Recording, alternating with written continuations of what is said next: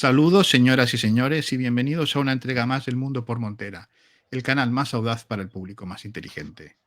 Hoy me honra con su presencia don Rafael Aita, más conocido como Capitán Perú en su país y en gran parte de Hispanoamérica y en España también, que es ingeniero, escritor, gran divulgador de historia, doctorando y además pues una de las voces más conocidas en el Perú por sus estudios sobre el virreinato y sobre pues poner los puntos sobre las IES, sobre eso que conocemos todos, que es la llamada leyenda negra de España en América.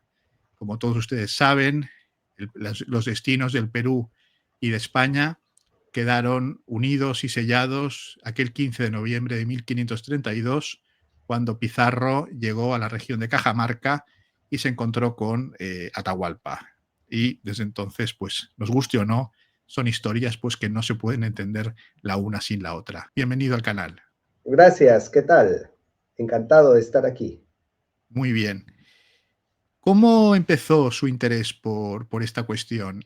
¿Fue por sus estudios en el colegio? ¿Cómo se estudia el tema del virreinato, de la llegada de los españoles en el Perú, en lo que es la educación, digamos, normal y o habitual en el Perú? Bueno, no, de hecho a mí me enseñaron una historia en el colegio pues muy sesgada, muy recortada, ¿no? Muy simplista también, muy dicotómica, ¿no? Del estilo de españoles malos, incas buenos y subyugados y pobrecitos, ¿no? Y españoles pues dominadores y opresores. Por lo tanto, no fue tanto, ¿no? Por las clases o la educación que recibí en el colegio, sino fue por un interés que yo tenía desde muy niño de escribir, ¿no? Para mí siempre escribir cuentos o historias es algo que lo he tenido desde el colegio. Pero me comienzo a interesar por escribir novelas históricas a partir de mi primer viaje a Machu Picchu.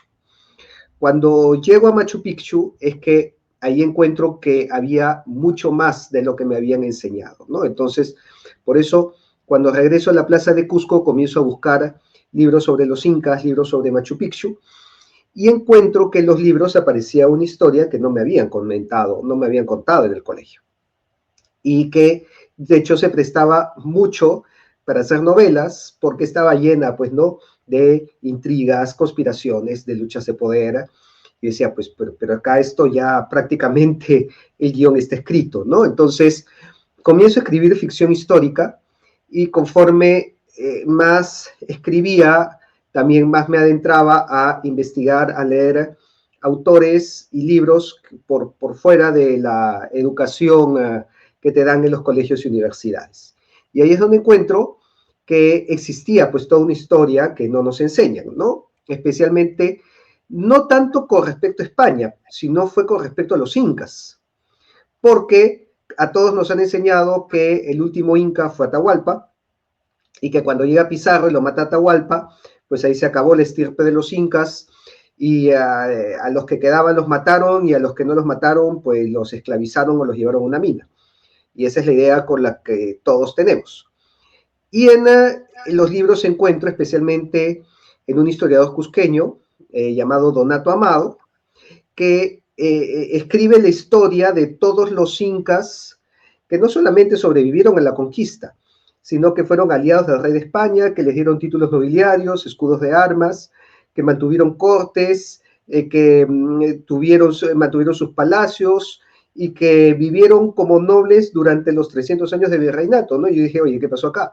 Esto es algo que yo pensaba que no existía ni que podía existir siquiera, ¿no? Como si los españoles eran los desgraciados y los que me habían venido a oprimir, tenían a los incas viviendo como reyes dentro de un supuesto sistema de esclavitud, ¿no? Que más bien mantenía a una casta noble y privilegiada de incas. Entonces, ahí es donde me doy cuenta que existían muchos de estos datos que nos cambiaban la historia que nos han contado a todos. Y más allá de los libros, porque ya no entraba en un argumento de un libro, comienzo a crear canales por redes sociales y a contar todos estos datos y toda esta historia que prácticamente ni siquiera los peruanos conocemos por redes sociales, ¿no? Entonces comienza a crecer porque, claro, era un mensaje totalmente disruptivo, iba en contra de la corriente que nos enseñan incluso hasta el día de hoy, y bueno, eso siempre llama la atención y llama la curiosidad, y así es como comienza a crecer. Claro, porque este libro, bueno, este historiador que usted comenta, si no tengo mal entendido, ha escrito un libro que no he podido leer lamentablemente, que es el del estandarte real y la mascaipacha, ¿no? Así En el, es. en el que relata el papel que tenía pues, el alférez real, ¿no? Que era un inca y que nunca fue despojado de sus atributos propios, ¿no? Sino que le dieron otros, además de los que ya tenía como inca. Claro, cuenta que la corona española institucionaliza a las panacas, ¿no? Que son estos clanes familiares que cada inca fundaba, ¿no? Entonces, si existieron 12 incas, existían 12 panacas, una correspondiente a cada inca. Y esto existía en el Tahuantinsuyo dentro de su propio sistema de organización, pero cuando llega a España, ya los institucionaliza dentro del nuevo sistema, en esta organización que se llama el Consejo de los 24 Electores del Alférez Real del Inca, ¿no? Por lo cual las 12 panacas elegían a 2 representantes, y por eso 24 electores, que se reunían una vez al año en la fiesta de San Juan para elegir al Alférez Real del Inca, que salía en procesión, digamos, en la toma de mando, al mes siguiente, el 25 de julio, en la fiesta de Santiago precisamente, salía en la procesión de Santiago llevando el estandarte del rey de España en la mano derecha y la mascapaicha, que es la borla real del Inca, sobre la Mascapaicha, que sien. lo he dicho mal, lo he dicho mal. No, lo has dicho bien. Se dice de las dos maneras. Donato Amado le decía mascapaicha. También a algunos se le dicen mascaipacha. Se le puede decir de cualquiera, no hay un consenso en eso, ¿no? Entonces, por eso el título del libro, ¿no? El estandarte real y la mascapaicha, en donde, porque estos eran los símbolos imperiales con los que salía el alférez que había sido elegido por los 24 electores incas. La borla que representaba al inca y el estandarte real que ya correspondía al rey de España y que representaba su alianza con la corona. Pues muy interesante. ¿Cómo ha sido recibido desde que empezó usted su labor divulgativa esta, digamos, esta versión tan disruptiva entre sus compatriotas? Es decir, ¿cómo ha sido, digamos, en general, si tiene usted que hacer un balance? A ver, inicialmente, y yo diría hasta el día de hoy, con una tremenda resistencia y escepticismo, ¿no? La gran mayoría, pues, dice, esto no puede ser verdad. Es difícil sacarse todos los paradigmas, ¿no? Que te han enseñado desde niño, más aún cuando un grupo importante de la población basa su identidad en estos paradigmas que te enseñan. Entonces decir, oye, pero mira, todo lo que tú crees es falso. Te cuestiona incluso quién soy y cuál es mi misión en la vida, ¿no? Existencial, ¿no? Entras en una crisis existencial. Y voy a poner un ejemplo clarísimo que acaba de ocurrir hace unos días.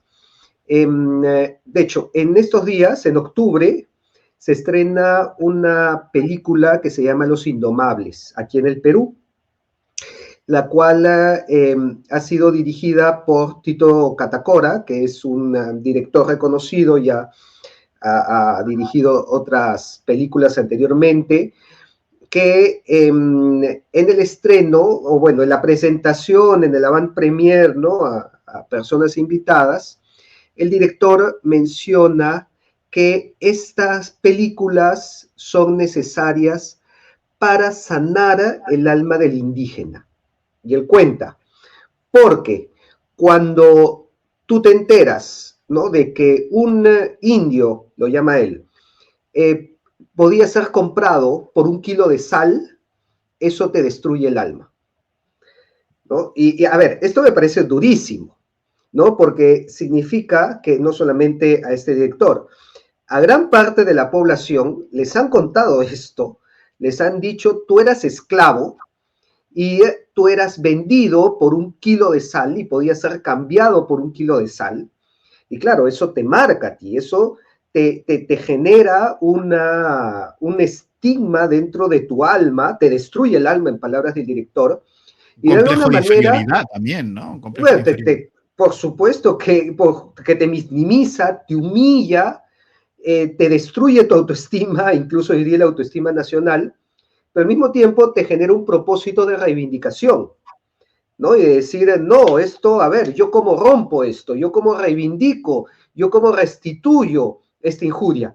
Y que en un momento te digan, oye, pero por si acaso esto no era así, y el tema de la sal no se encuentra en las fuentes, no he encontrado esto yo en fuentes históricas, y más bien lo que he encontrado es que la esclavitud estaba prohibida por las leyes de Indias, y por lo tanto no existían mercados de esclavos de naturales, indígenas, peruanos.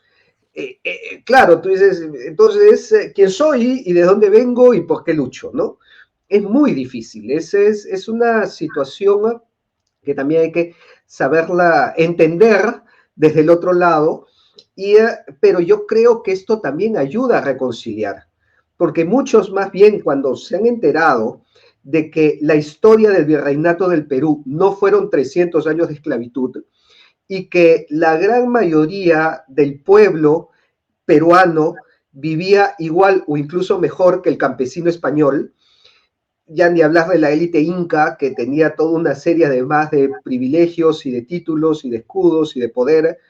Entonces, de alguna manera ya también ayuda este proceso de sanación que, a ver, si este director busca el sanar, me parece un paso muy importante, porque no está buscando una división, no está buscando una confrontación, que es tal vez lo que ocurría más en los años 60 y 70, ¿no? Con un discurso más marcado de lucha de clases, ¿no? Y más de decir, ya, ahora tú, La ustedes, a dialéctica mí, marxista, ¿no? la dialéctica marxista, me humillaron, me oprimieron y tienen estructuras de opresión, pues yo voy a responder a eso con violencia, ¿no? Y yo no voy a parar hasta destruir este sistema. Y aparece, por lo menos hasta donde he visto, ya este sentimiento está más apaciguado y se canaliza hacia la reconciliación, que es en lo que todos estamos de acuerdo. Y por lo tanto eso también facilita el aceptar que la historia de la conquista no fue netamente de confrontación, que si bien existieron guerras, que si bien existieron abusos, en realidad la mayor parte, la mayor proporción se realizó en base a alianzas y en base a negociación y a diplomacia, ¿no? O sea, el aspecto de negociación y de alianzas sobrepasó en importancia y en proporción al de la guerra y al de la confrontación, ¿no? Y esto no es algo que lo digo yo. El mismo Ramón Mujica Pinilla menciona, ¿no? Las alianzas fueron más importantes que la fuerza a la hora de la conquista del Perú. Entonces, esto también facilita este discurso de aceptación, de integración, de restitución que tanto estamos buscando todos. Claro. Pues sí, sí, es cierto. Pero sí que es verdad que si uno analiza, por ejemplo, la famosa batalla de Ayacucho y hace un análisis de las tropas contendientes en ambos bandos, pues ve, por ejemplo, que en el bando realista o en el bando, digamos, español, entre comillas, había muchísimos indígenas Por peruanos, no decir casi todos. por no O decir casi sea, todo. estamos Claro, hablando que de un ejército de 6.000 personas aproximadamente hasta, no, perdón, hasta casi 9.000, eran 6.000 surperuanos y 3.000 altoperuanos de la zona que soy Bolivia. Habían 500 españoles, ¿no? Entonces, eh, saca ahí la proporción y vamos a ver, pues, de que el ejército realista era surandino, o sea, eran ayacuchanos, puneños, arequipeños, altoperuanos. Y eso es porque, bueno, claro, muchos dicen, no, pero es que fueron obligados, ¿no? Claro, venían, le hacían las levas y decían, tú o vas a la guerra o te matamos aquí mismo. Esta versión también es desmentida en un libro, Banderas Olvidadas, en donde te dice que un ejército que en su mayoría es constituido por levas obligatorias y forzosas, no es muy eficiente porque las levas son los primeros en huir a la hora de que se ponen las cosas serias, ¿no? Porque no tienen ningún tipo de lealtad, porque están ahí por la fuerza, y porque cuando ven que los van a matar, pues simplemente corren. Y porque no creen en lo que están haciendo. Y porque no creen en lo que están luchando. Y lo que vemos del ejército real del Perú es todo lo contrario, que lo puso en jaque a Bolívar por 10 años, y eso lo mismo lo dice, a Bolívar, a San Martín y a todas las campañas anteriores. Eso lo dice el mismo Bolívar, justo antes de la batalla de Junín, dice, estamos ante un ejército que ha estado invicto por 10 años. Y eso no lo haces con levas, pues, ¿no? Eso ya lo haces, pues. Por no hablar de los comentarios muy despectivos que tiene Simón Bolívar sobre los indios peruanos, ¿no? Es decir, sobre los autóctonos, ¿no? Es que obviamente estaban en su lado contrario, ¿no? O sea, tú ves en Bolívar, que le escribe las cartas a Santander, que le dice, en el Perú los blancos son como los indios, y los indios son todos mentirosos y truchimanes.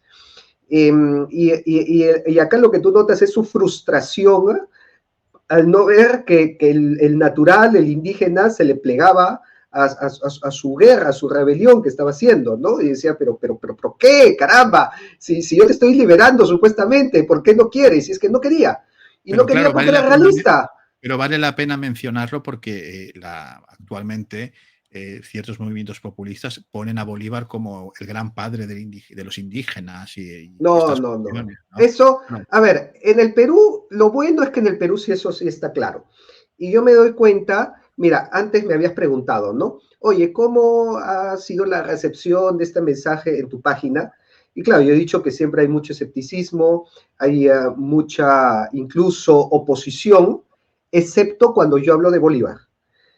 Cuando yo hablo de Bolívar en mi página, se pone un alto a esta guerra ritual y hispanistas e indigenistas se dan la mano y se abrazan los dos para darle con palo a Bolívar.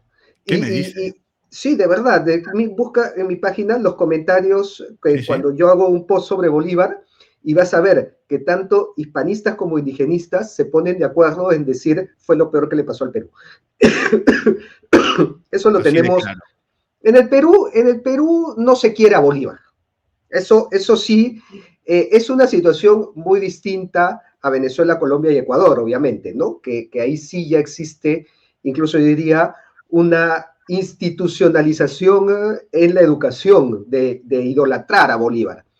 Y eso justamente ha sido un choque cultural cuando ha ocurrido toda la inmigración venezolana, que bueno, ya sabemos que nuestros hermanos venezolanos han tenido que emigrar por culpa del gobierno desastroso que existe a los distintos países vecinos, y cuando han llegado a Perú, y eso sí lo he escuchado por todos lados, existe un choque, ya no voy a decir con hispanistas, y ni siquiera con indigenistas, con cualquier peruano que camina por la calle. Con el pueblo peruano, vamos. Con el pueblo peruano en general, que les dicen, no, sí, pero Bolívar liberó al Perú. Y dicen, no, hermano, no, acá Bolívar fue un desastre y acá Bolívar no lo queremos. Y eso te lo dice cualquiera, ¿no? Ni siquiera alguien que está muy informado en historia. No, acá existe un espíritu popular de no querer a Bolívar.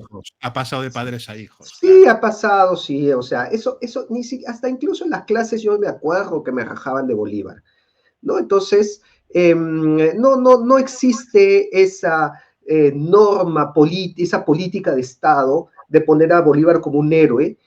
Yo creo que porque hay varias razones también, ¿no? O sea, Bolívar salió mal del Perú, salió enemistado del Perú, y después Bolívar le declara la guerra al Perú. Entonces, no hay muchos argumentos tampoco de dónde agarrarse para defender a Bolívar en el Perú, ¿no? Y eso ha llevado a que desde siempre historiadores, profesores, divulgadores no tengan manera de decir que Bolívar fue bueno para el Perú. Al contrario, tenemos muchos argumentos para decir que fue muy nocivo. Y yo estoy seguro que el sentimiento era mutuo, que Bolívar tampoco quería el Perú, nunca se sintió cómodo en el Perú.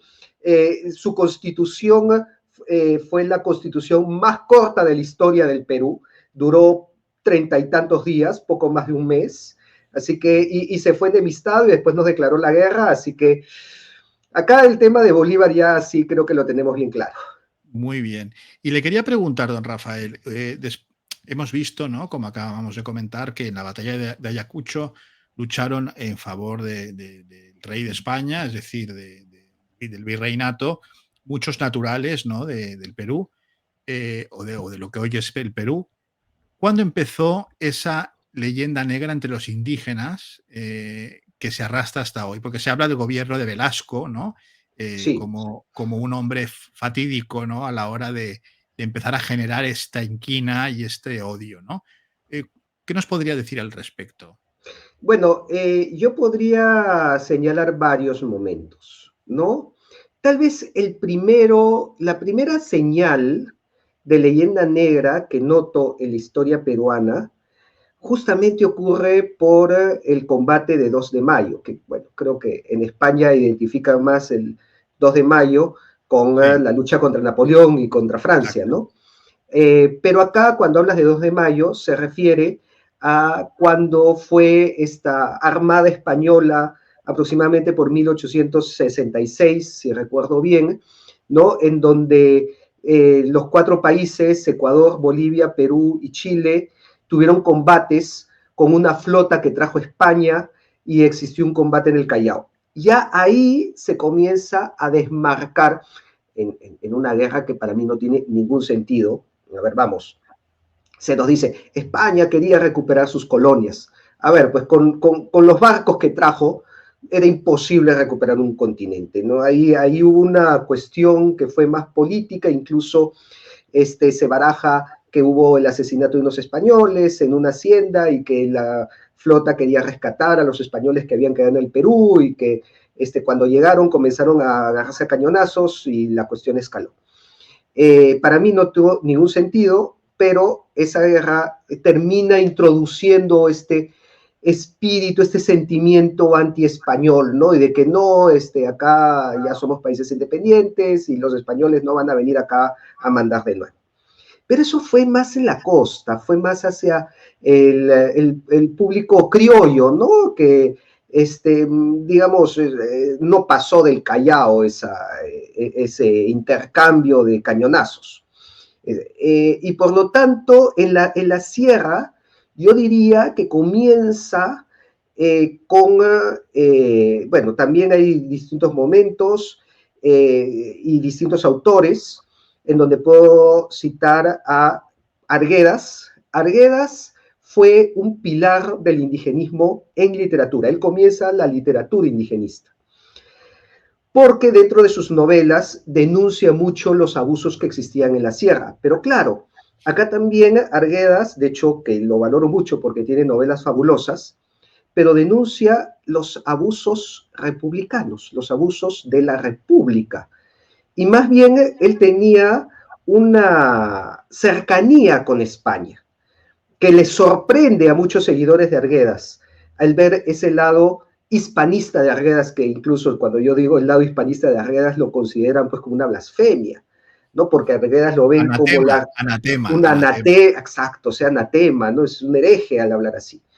Y en realidad, cuando yo les muestro los textos que escribe Arguedas, por ejemplo, cuando él hace su tesis doctoral, él viaja a Zamora, en donde escribe su tesis y lo traduce en un libro que se llama Las comunidades de Perú y España, porque se da cuenta que su tesis la hace para entender la idiosincrasia del pueblo andino y se da cuenta que no la puede entender sin España. Y cuando viaja a España, él dice qué española, que es la sierra peruana, ¿no? Entonces ahí comenzamos a ver que Arguedas no era antihispanista ni mucho menos, ¿no? Incluso él mencionaba que era como un demonio feliz que habla quechua y español. Y iban las corridas de toros, además, ¿no? O sea, no le noto el indigenismo anti-español que existe hoy. Tal vez esto le tendría que sumar a José Carlos Mariátegui, ¿no? José Carlos Mariátegui, que es el fundador del Partido Comunista del Perú, escribe un libro, Los 7 ensayos sobre la realidad peruana, en donde ya comienza a mencionar el colonialismo español, ¿no? Pero aún así, Mariátegui tampoco era antihispanista. Entonces, de repente tendría que sumarle otra corriente más, que es la de Enrique Dussel, que es mexicano, filósofo Enrique Dussel, mexicano, sí, por descontado, Dussel, sí, sí. ¿no? Enrique Dussel, que habla de la filosofía de la liberación y que habla sobre ya la importancia de la descolonización. Bueno, Y si Enrique ya no Dussel, para que la audiencia se sitúe, es uno de los autores de cabecera de Hugo Chávez, ¿no? Lo digo así es. para que la gente sepa un poco de qué estamos hablando, ¿no? O sea, ¿No? Entonces, aquí ya se comienza a ver, y estamos hablando que para la década de los 60s y los 70s, que hubo esta corriente muy recalcitrante, anticolonialista, porque incluso, mira, has mencionado autor de cabecera de Hugo Chávez, pero si nos vamos un poco más atrás a Fidel Castro, y vemos que Fidel Castro tiene frases de valor hacia España, ¿no? bueno, hay un discurso de la hispanidad espectacular de Fidel Castro. Espectacular. Entonces, ahí nos damos cuenta en qué momento histórico ocurre este cambio del pensamiento, ¿no? Que no es exactamente cuando comienza Fidel Castro, sino tenemos que alargarlo ya hacia la segunda mitad del siglo XX, que tal vez toma todos estos factores y de alguna manera forma el cóctel que nos ha traído a la situación actual, ¿no? Ya López Obrador y toda una serie de personajes, Sheinbaum, que comienzan a repetir falacias, pues sin ningún sustento, porque acá no vemos tampoco la entrada de historiadores, vemos más filósofos, ¿no? Literatos, Mariátegui también pues era político, ¿no? Y por lo tanto crean una historia paralela más cargada de ideología que de lo que es un análisis histórico de verdad. Sí.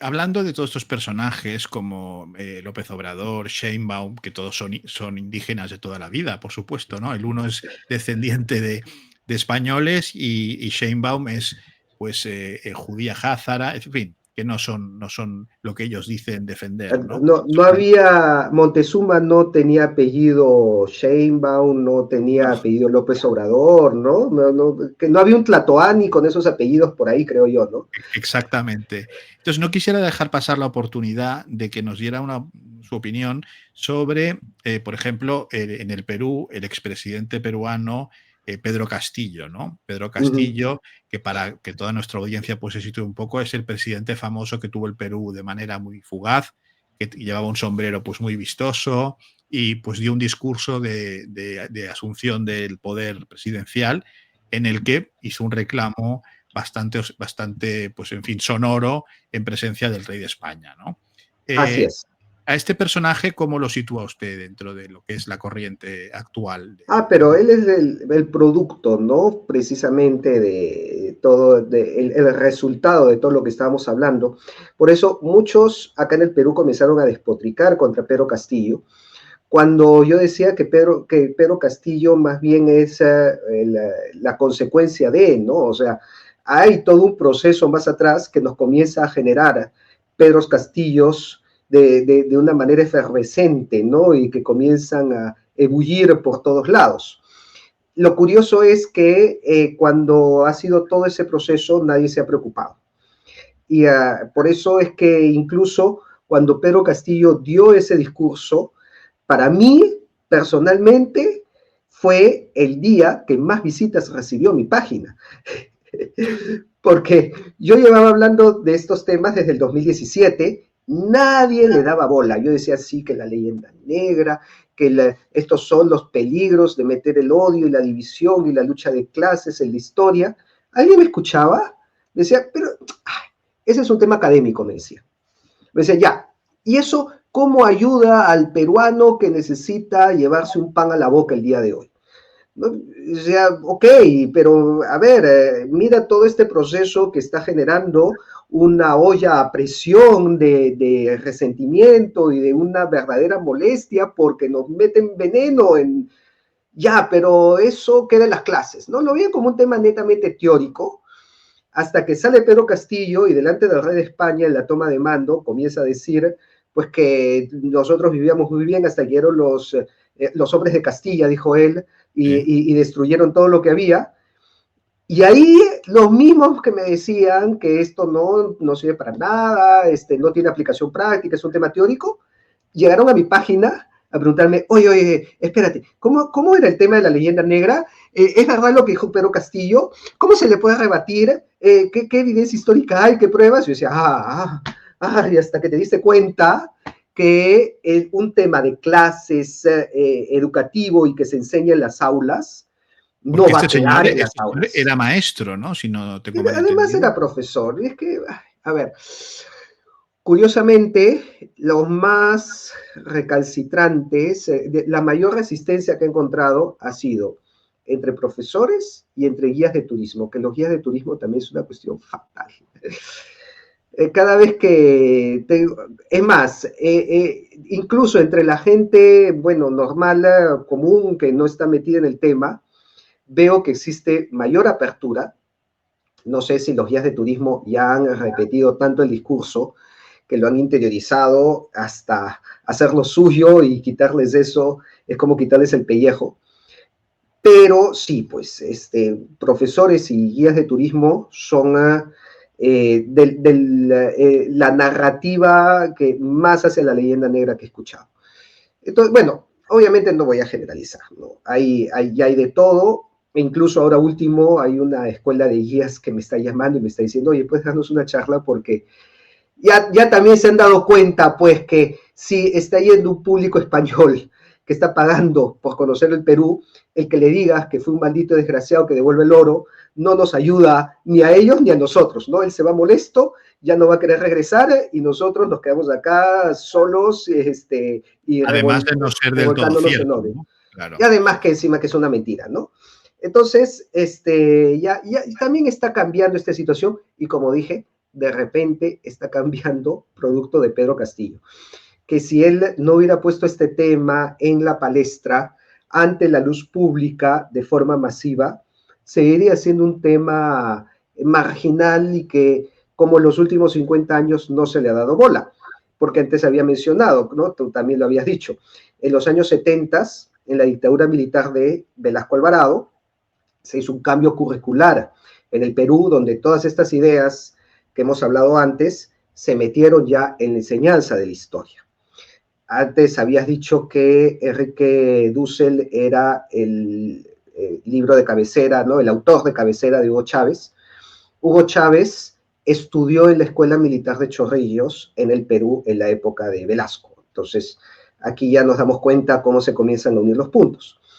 Y es Velasco quien hace una reforma de la currícula escolar y se nos cambia la enseñanza de la historia de manera muy ideologizada y cargada de todo el discurso de la leyenda negra.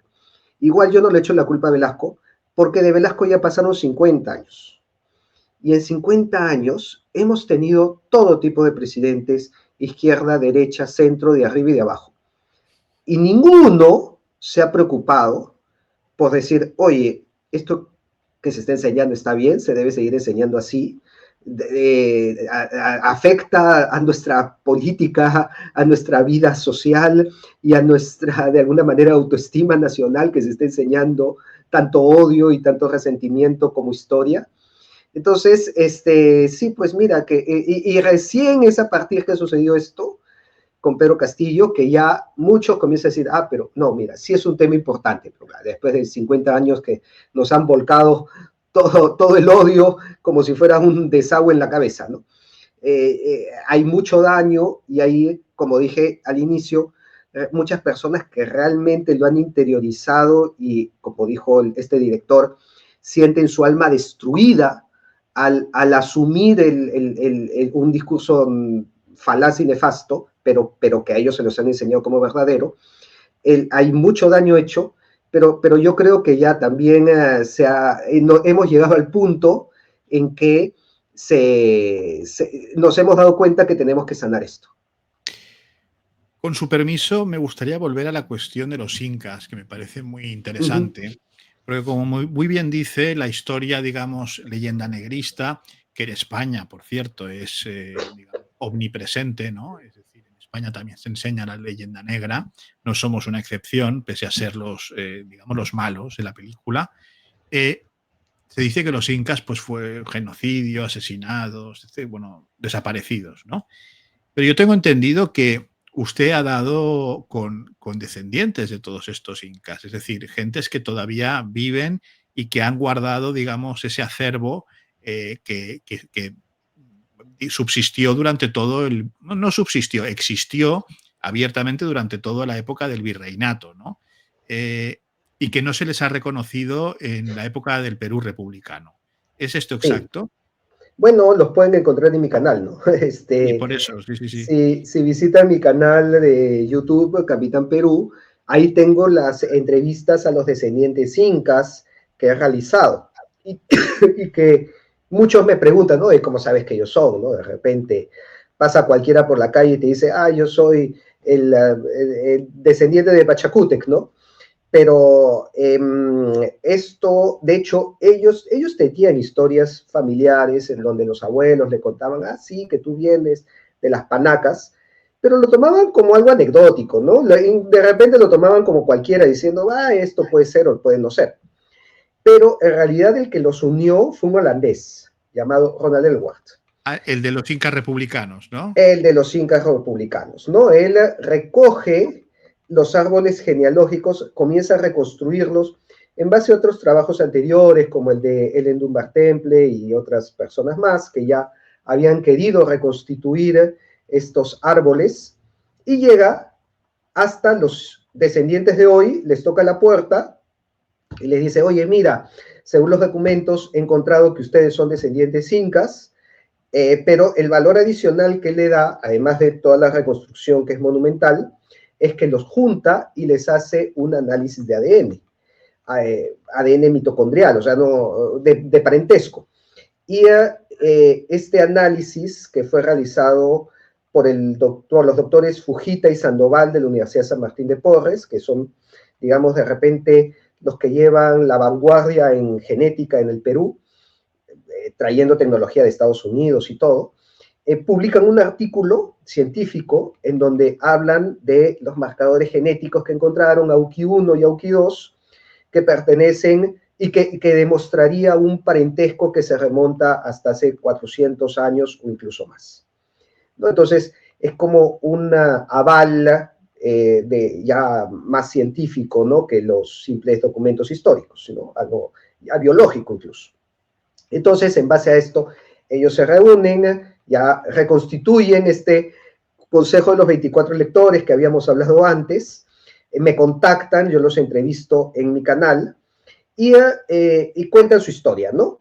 Y claro, ellos dentro de esta historia comentan que la reconstrucción no fue tan difícil como lo hubiera sido si nos hubiéramos tenido que remontar a la época de Atahualpa, porque no es lo mismo reconstruir árboles genealógicos que tienes que irte hasta el año 1532, que si lo tuvieras que hacer desde 1825, ¿no? Que es mucho más cercano, más documentado y con partidas, ¿no? De bautizo y de matrimonio que están en las iglesias.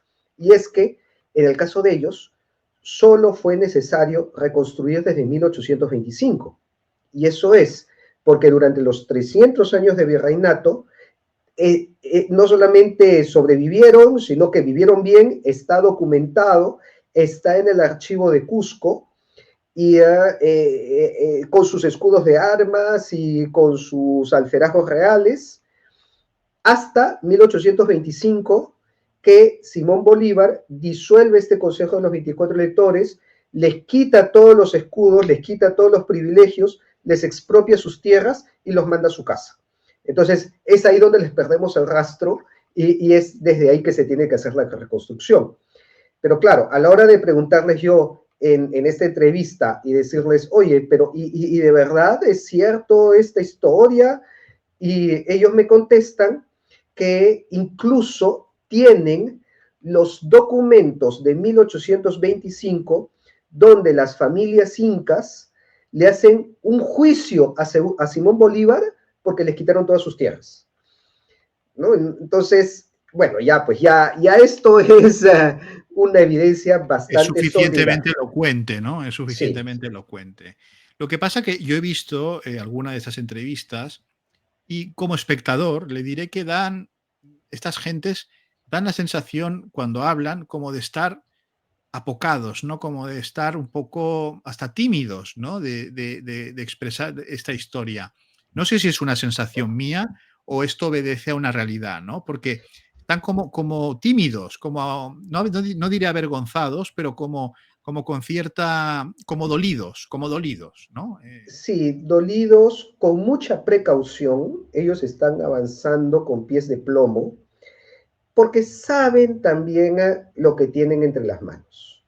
En el Perú, salir a la luz pública como descendientes incas te puede llevar a una revolución política, y porque hay más de una persona, ya por no decir un grupo muy importante de personas, que está esperando que venga un inca y tome el poder, ¿no? Entonces, una de sus políticas, por poner un ejemplo, es que tiene prohibido entrar en política, Sí, justamente por esta razón. esto lo escuché y me llamó la atención, como Sí, diciendo, son peruanos, son ciudadanos con todos sus derechos reconocidos, pero que se autocensuran y se autoexcluyen por algo que en principio tendrían derecho, ¿no? Es que por mm, eso que es un tema sensible, ¿no? Un tema no, no delicado, tanto así, porque pueden entrar en política, pero no pero como incas.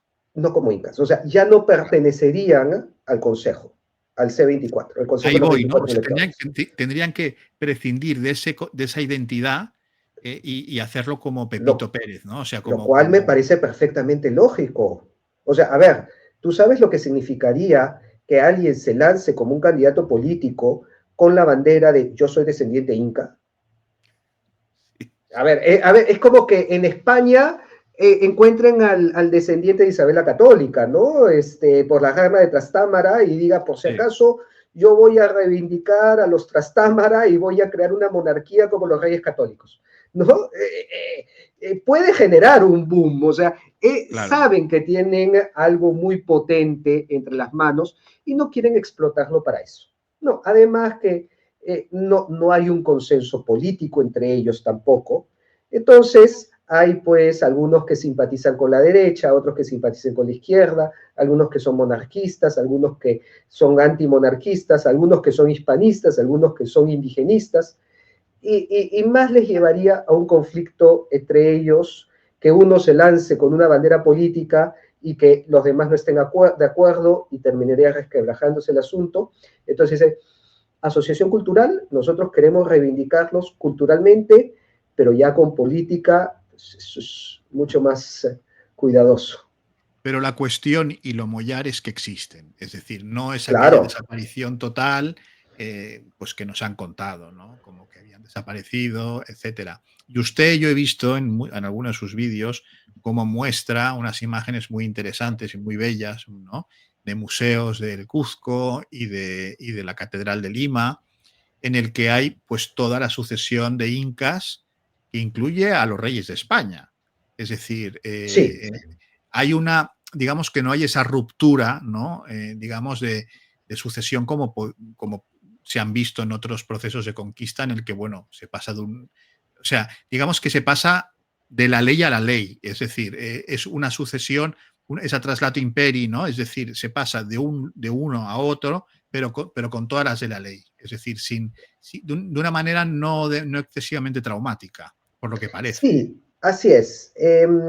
Bueno, este cuadro que mencionas, yo he encontrado, a ver, hay unas 4 versiones, me parece, hay una versión en Ayacucho, una versión en la Catedral de Lima, una en Cusco y otra en Arequipa, me parece, si recuerdo bien. Pero básicamente, no, perdón, en el Museo Larco hay otra versión, en donde aparecen los 14 incas, desde Manco Cápac hasta Atahualpa, y después de Atahualpa aparece Carlos V, Felipe II, Felipe III y la sucesión de reyes de España como sucesores legítimos de los incas. Incluso aparece Atahualpa entregándole el cetro a Carlos V, y Carlos V está señalando la cruz en señal de decir Cristo es reino. De hecho, todas las dos genealogías están presididas por Jesucristo Rey, y a su lado izquierdo y derecho aparecen el escudo de Castilla y León y el escudo de Cusco en igualdad de condiciones, ¿no? Mostrando que reina sobre las dos dinastías, incluso con una, digamos, con un texto muy bonito, ¿no? Porque dice: al Rey de Reyes y Señor de Señores, que nos llamó de las tinieblas a su luz admirable, citando la carta de Pedro, donde dice este pasaje, pero que se lo atribuyen los incas, como diciendo: nosotros estábamos en las tinieblas de no conocer a Cristo, y vino Cristo y nos llamó a su luz, y ahora somos católicos, cristianos. Ese mensaje lo he encontrado mucho, por si acaso. Es por eso que ahora último estoy publicando un libro, lo tengo por acá, Los Incas Católicos, inspirado en un cuadro de Marcos Chihuantopa Inca, en Perdone que le haga donde, la pequeña broma, pero usted siempre sí, haciendo amigos, ¿eh? Usted siempre haciendo amigos. Porque el título es muy llamativo, el título es, es muy llamativo, ¿no? es Sí. totalmente para que es una bomba, así, para sacarle el seguro a la granada y lanzarla, ¿no? Exacto. Este cuadro de Marcos Chihuantopa Inca, donde se llama Inca Caballero Católico por la gracia de Dios y alférez real de su majestad y de estos reinos, ¿no? Y también un texto que encontré del Inca Garcilaso, en donde él menciona: si a mí, como Inca católico, por la infinita misericordia de Dios, me preguntan cuál es el nombre de Dios en mi lengua, yo les diría que Pachacamac, ¿no? Entonces, este tema de Inca católico lo he visto muy presente, ¿no? Y por eso el título del libro. Y lo estoy complementando con un cuadro que me parece maravilloso. Es más, a ver, de repente lo puedo compartir, ¿no? Sí, Porque con mucho gusto. voy buscando el cuadro por acá. Y es un cuadro que he encontrado en Cusco, en donde es sobre los Reyes Magos, ¿no? Eh, bueno, la fiesta de la Epifanía. A ver, Sí. aquí ya voy a compartir el cuadro para que todos lo vean, en donde es la adoración de los Reyes Magos a Jesús, ¿no? Entonces, nosotros sabemos cuál es el significado de los Reyes Magos, ¿no? Los Reyes Magos eran reyes paganos, ¿no? Ellos venían de Oriente, posiblemente de Persia, no conocían, bueno, conocían la profecía del Mesías a través del libro de Daniel, pero claro, no habían sido elegidos, ¿no? Para recibir al Mesías, pero de alguna manera lo conocían, lo buscan, y, y encuentran al Mesías, que se revela por primera vez a un pueblo pagano, ¿no? A un pueblo que estaba fuera de la promesa de Dios. Entonces, es por eso que muchos de nosotros nos identificamos con los Reyes Magos, ¿no? Con los que hemos sido llamados desde afuera. Aquí están viendo el cuadro, que me parece hermosísimo, y donde aparecen pues la Sagrada Familia, los Reyes Magos, pero uno de los Reyes Magos es un inca. Fíjate, Sí, aquí le sí. estoy haciendo un acercamiento. Uno de los Reyes Magos es un inca, que está incluso con su corte de indios, de Y va, naturales, y va tocado con la mascaipacha, ¿no? ¿Puede ser y eso? va con la mascaipacha. ¿Qué nos están diciendo acá en este cuadro? Nosotros, que también éramos paganos, hemos encontrado al Mesías, y como reyes que somos, vamos a adorarlo, ¿no? Entonces, los incas se identificaban con los Reyes Magos, que desde el paganismo encontraron a Jesucristo al punto que ellos se dibujaron en Cusco como un rey mago más. Tremendo, me parece. Sí, sí, interesantísimo, ¿eh? Sí, sí, sí. Y esto está en una iglesia en Cuzco. Esto está en una iglesia en Cuzco. Así es. Esto, si recuerdo bien, lo he visto en la catedral, pero he visto otras versiones del cuadro también en otras iglesias. Muy interesante. Y no quisiera dejar pasar esta entrevista sin comentar un hecho que en España llamó mucho la atención. Y incluso participó una notable política española en el acto. Y fue la, digamos, la restitución, ¿no? Igual, no en el mismo sitio, pero en un sitio aledaño, de la estatua de Pizarro en Lima, cerca de la Plaza de Armas de Lima. Esto fue todo un, en esta época en la que se están retirando estatuas, digamos que, bueno, de repente vemos una noticia de que los peruanos van contracorriente y dicen no solamente la vamos a poner, sino vamos a ponerla en un lugar de relumbrón, además al lado de otro monumento en igualdad de condiciones a un prócer también, digamos, indígena, ¿no? Esto nos llamó mucho la atención porque digamos que fue como un bofetón a la corriente dominante cultural actual, ¿no? Y esto me parece interesante comentarlo como usted, como peruano, ¿no? Es muy interesante porque Pizarro es algo que es un personaje que levanta pasiones de todo tipo, ¿no? En el Perú, me imagino. Siempre, como me dijo un amigo español, ¿no? Siempre el Perú y cuando no el Perú, ¿no? Desde 1820, el Perú siempre siendo el último bastión, siempre es el que hasta el final está ahí resistiendo las corrientes globalistas que vienen desde afuera. Perú siempre conservador, siempre católico, siempre leal, siempre fiel, ¿no? ¿Qué hay en el Perú, oye? Que tienen que venir todos a nuestro alrededor para tener que quebrarnos, porque si no, ahí seguimos. Es una cosa Porque esto, don histórica. Rafael, esto es, en el México actual es impensable Es impensable, que sí. pasara algo así con Hernán Cortés, por ejemplo, ¿no?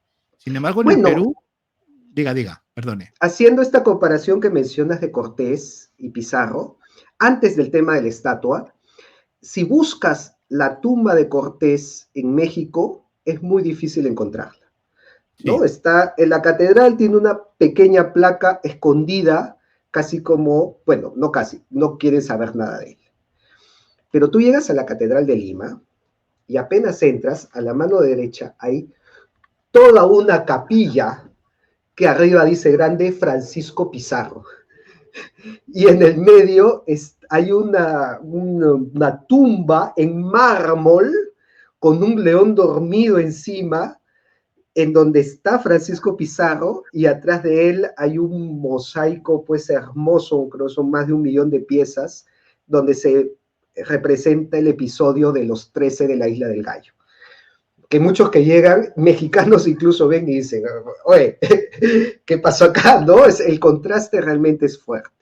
Y se ha visto ahora más reciente con el tema de la estatua de Francisco Pizarro. A ver, que, mira, yo diría que ha sido una gran paradoja, porque muchos dicen, eso ha sido por el alcalde.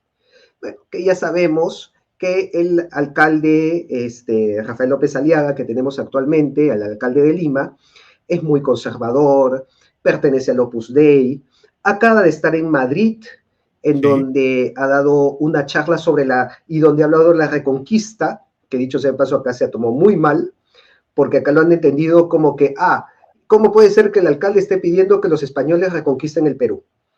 Sin No, saber no tener ni idea eso, claro, sí, que, sí. que en el contexto que lo estaba hablando de la reconquista española de los musulmanes, y lo estaba Sí, hablando como una reconquista del cristianismo, ¿no? O sea, hablaba de sí. la reconquista de allá, ¿no? Pero bueno, ya. Muchos le atribuyen a él, dice, claro, como López Aliaga pues es conservador, pues trajo a Pizarro.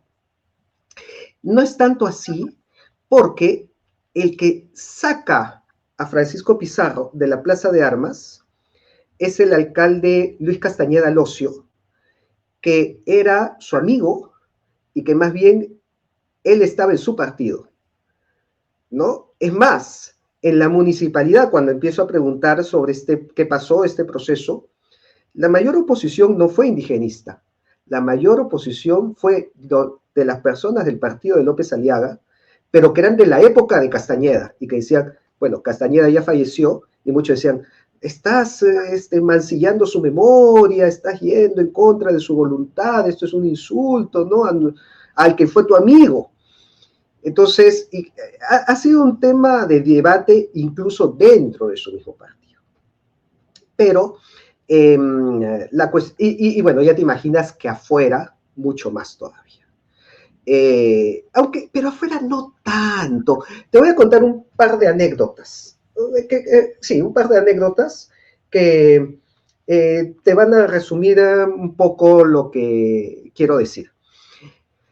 Cuando se anunció que el 18 de enero, aniversario de Lima, se iba a restituir la estatua de Pizarro a la Plaza de Armas, hubo una carta de una asociación, si recuerdo bien se llama la Asociación Pachamama, y el nombre te dice bastante, Así. quejándose que esto era una afrenta contra los pueblos originarios y que se les imponía el colonialismo y que estaban en contra de todo esto, ¿no? Entonces, los regidores de la municipalidad llaman a la presidente de esta asociación, se sientan a hablar con ella y le dicen, bueno, a ver, ¿cuál es el problema? No, que esto, con los pueblos originarios se sienten ofendidos. A ver, tú no eres los pueblos originarios. Esa es tu opinión. Alguien aparte de ti o de la gente de tu asociación, que son muy respetables, pero no son todos, tienen esta opinión. O sea, ¿tú lo has consultado con la gente? Entonces ella dice, yo les voy a preguntar, yo voy a hacer la consulta. Y claro, se va al centro, a la plaza de armas, a preguntarle, obviamente, no a los turistas, al más pobre, al que está vendiendo caramelos en la esquina, pensando de que le va a decir, no, no, sí, que esa estatua me ofende. Regresa, muy honestamente, porque bien puede decir, sí, sí, yo pregunté y todos estaban en contra, pero muy honestamente de su parte dice, mira, la verdad yo le he preguntado a todos y ninguno ha tenido problema. Me dicen que no, que al contrario, dice que les va a traer clientes para vender más, ¿no? Entonces ella misma dijo, bueno, si la gente de la misma plaza no tiene problema, pues nosotros tampoco, ¿no? Entonces, al final, cuando se restituye la estatua, incluso se le pone un cerco, ¿no? Porque había miedo de que vayan, que la vandalicen, que la destruyan, todo lo que ya sabemos. Y yo fui a ver, ¿no? El primer día cómo había quedado la estatua, un poco para ver si había morbo, ¿no? Si había trifulca ahí, a ver, para grabar si se armaba algo. Oye, ¿qué es lo que yo encuentro? Todos los que pasaban, foto con Pizarro. Selfie, ¿no? Todos tomándose foto con Pizarro. Peruanos, entiendo, ¿no? Peruanos. No porque sean hispanistas tampoco, ¿ah? No, no, pero me refiero Porque que no eran turistas, que eran peruanos. claro, pero les gusta la peliculina, les gusta la foto, les gusta la historia, además que la estatua es bien bonita también, ¿no? Entonces, algo nuevo, bonito, quien no se quería tomar foto ahí, la gran mayoría fue a tomarse foto. La última vez que he ido, que debe ser hace unos 15 días, ya le habían quitado la reja. O sea, cualquiera podía entrar, cualquiera podía tocarla. O sea, la respuesta en general de la población no ha sido ni de festejo, ni de, que sí, que por fin, pero tampoco ha sido visceral, ¿no? No ha sido, no, que cómo es posible. Para la gran mayoría ha sido indiferente y más bien lo ven como un atractivo adicional. Y cuando yo le he preguntado ya por mi cuenta a las personas de la calle, digo, oye, ¿tú qué opinas que Pizarro esté ahí? Hay algunos sí que te van a decir, bueno, a mí no me parece porque fue un genocida, pero la gran mayoría dice, bueno, es el fundador de Lima, ¿no? Entonces, si es el Ya está, fundador de Lima, ya tiene que está estar todo ahí. dicho. Sí. claro, claro. Don Rafael Aita, muchísimas gracias por su tiempo, por habernos ilustrado de una manera tan didáctica y tan directa sobre cuestiones pues que como españoles, ¿no? Nos incumben, ¿no? Y a ustedes también Ujú. como peruanos y nos unen. Y bueno, espero que esta primera entrevista en El Mundo por Montera no sea la última, Dios mediante, porque tenemos seguro que tendremos muchos temas sobre los que hablar, porque me interesa mucho poder profundizar en la cuestión de los incas. Cuando publique usted el libro de los incas católicos, creo que será un buen momento para hacer una presentación del libro como corresponde y sobre tantas otras cuestiones bueno, pues que nos unen y que dan pie a conversaciones interminables. Por lo tanto, muchísimas gracias por su trabajo y desde este canal mandamos un saludo afectuoso a todo el pueblo peruano desde España. Gracias y no se olviden de seguirme en mis canales también, ¿no? Por Entonces, cierto, encontrarán en la descripción de este programa el ujú, enlace para poder entrar en las redes sociales de nuestro queridísimo invitado y poder adquirir el libro de los incas hispanos en Amazon y poder ilustrarse mucho más y conocer el trabajo de don Rafael. Por lo y tanto, dígame. además quiero mencionar las fechas porque para el 12 de octubre voy a estar en España. Hay unos eventos de hispanidad, entonces busquen mis canales de redes sociales que seguramente ahí voy a estar anunciando los lugares y las fechas en que me pueden encontrar en la misma Madrid o en Cartagena. Perfecto. Pues ahí queda eso. Y muchísimas gracias, don Rafael, por su tiempo. Muchísimas gracias. Encantado. Y a, Gracias. to- y a todos ustedes, señoras y señores, recordarles que pueden ayudar a este canal suscribiéndose, dándole al me gusta, pueden seguirnos en X, en @mgmonté, en Telegram, en @el mundo por Montera, y si lo estiman oportuno, pueden ayudar vía Bizum a estos dos números de teléfono o vía PayPal si nos ven desde fuera de nuestras fronteras o les es más cómodo. Y lo dicho, muchísimas gracias por haber conectado una vez más con El Mundo por Montera, el canal más audaz para el público más inteligente. Buenas noches.